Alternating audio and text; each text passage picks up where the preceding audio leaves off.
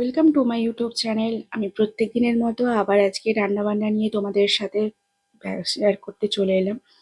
তো একটু গল্প, একটু রান্না এই নিয়ে। তো আজকেও আবার টোস্ট বানালাম। তো দেখে মনে করো না যে প্রত্যেকদিন বানাই বলে, আসলে এটা ছেলের আবদার। তো শনিবার স্কুল ছুটি, কালকেও বানিয়েছিলাম কিন্তু টিফিনে ঠিকঠাক খেতে পারেনি, যেহেতু বন্ধু বান্ধব সবার সাথেই শেয়ার করে খেতে হবে। তো যাই হোক, তো আজকেও সকালেও বললো যে বানিয়ে দেবে, আমি খাবো। তাই জন্য ওকে ফার্স্টেই সকালে উঠে ওটা বানিয়ে তারপর সবজির দিকে চলে এলাম, রান্না বান্না কি হবে। তো ফ্রিজে দেখলাম বাঁধাকপিটা খারাপ হয়ে যাচ্ছে। তো এটা এবারের বাজার থেকে কিনে আনিনি, আগের বারের। তো সেই জন্য রান্না হয়নি বলে তো ভাবলাম যে ভাজা করে নিই, তো খেতেও ভালো লাগবে। আর বাঁধাকপি ভাজাটা আমাদের খুবই প্রিয়। তো তরকারিটা তো প্রায় খাওয়াই হয়, অনেকদিন হলো ভাজা খাওয়া হয়নি, তাই বাঁধাকপি আর দুটো আলু আমি বড় বড় করে কেটে নিলাম। এইভাবে বাঁধাকপি ভাজা খেতে আমাদের খুব সুন্দর লাগে।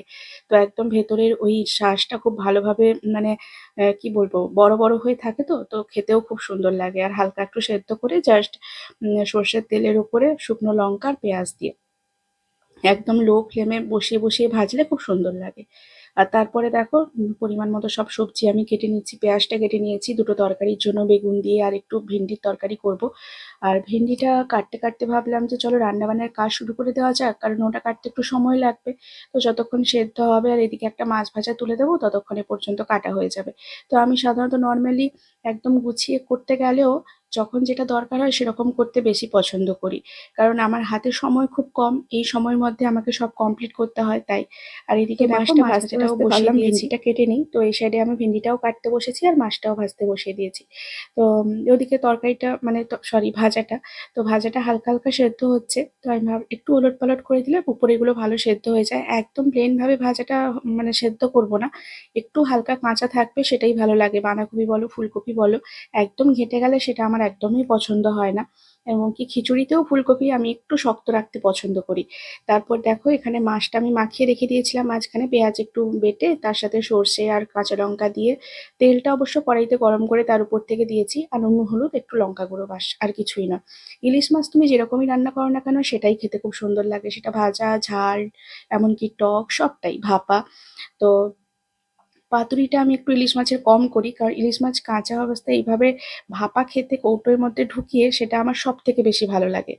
তো যাই হোক, চলো এবার ভাজাটা বসিয়ে দেওয়া যাক। যেহেতু ভাজাটা হয়ে যাওয়ার পর আমি জলটা ছাড়তে বসিয়ে দিয়েছিলাম, তো সেহেতু দেখো ভাজাটা আমি ভাবলাম যে আগে বসিয়ে দিই। তো ওটা ওইদিকে আস্তে আস্তে হতে হতে আমি ভাবলাম এখানে ভিন্ডির সবজিটা বসিয়ে দেবো। ভিন্ডি আর বেগুনটা আমি একটু রাতের জন্য রেখে দেবো।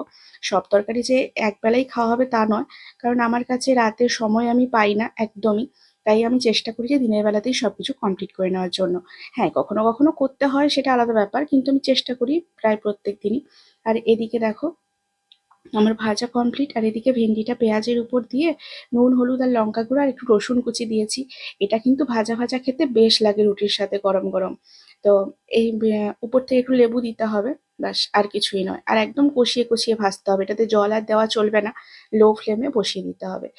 আর এদিকে বেগুনটাও বসিয়ে দেবো। বেগুনটা একটু আজকে অন্যরকম করে বানালাম, রসুনের জলের মধ্যে, মানে রসুন যে থেতো করেছিলাম সেটাকে আহ, একটুখানি জলের সাথে মিশিয়ে তাতে নুন হলুদ লঙ্কা গুঁড়ো দিয়ে একটু ধনে গুঁড়ো জিরা গুঁড়ো দিয়েছি।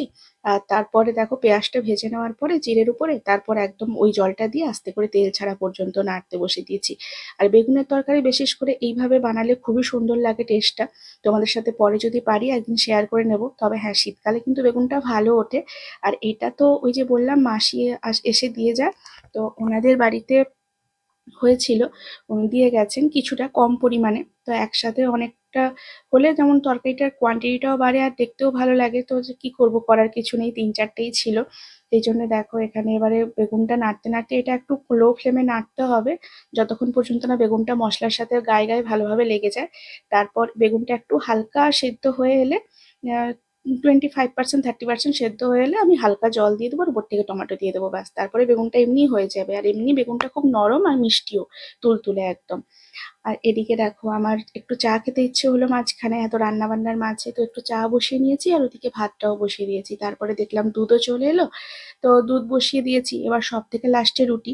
আমি সবকিছু পরিষ্কার করে তারপরে রুটিটা করি, কারণ রুটিটা গরম গরম যে খাবে সেও খেয়ে নিতে পারে। আর রাতে যদি থাকে তো সেটা একটু গরম করে দিয়ে দিই। এই দেখো রুটিটা সবার লাস্টে বসিয়ে দিয়েছি। আমার মতো কে কে তাওয়ার উপর এরকম রুটি করো সেটা অবশ্যই বলো কিন্তু। আমি কিন্তু এভাবেই রুটি করতে পারি, মানে এইভাবেই আমি রুটিটা শিখেছি করতে, তাওয়ার উপরেই ফুলিয়ে নেওয়া। তো চলো আজকে এখানেই আমি আমার ব্লগটা শেষ করছি, মানে রান্না বান্নার ভিডিও বলতে গেলে। আর পরের ভিডিও নিয়ে আবার কালকে ফিরে আসবো, ততক্ষণ পর্যন্ত তোমরা ভালো থেকো। তো টাটা। ভালো লাগলে অবশ্যই একটা লাইক, কমেন্ট আর সাবস্ক্রাইব করে দিও। চলো দেখা দেখা হচ্ছে আবার নেক্সট ভিডিওতে।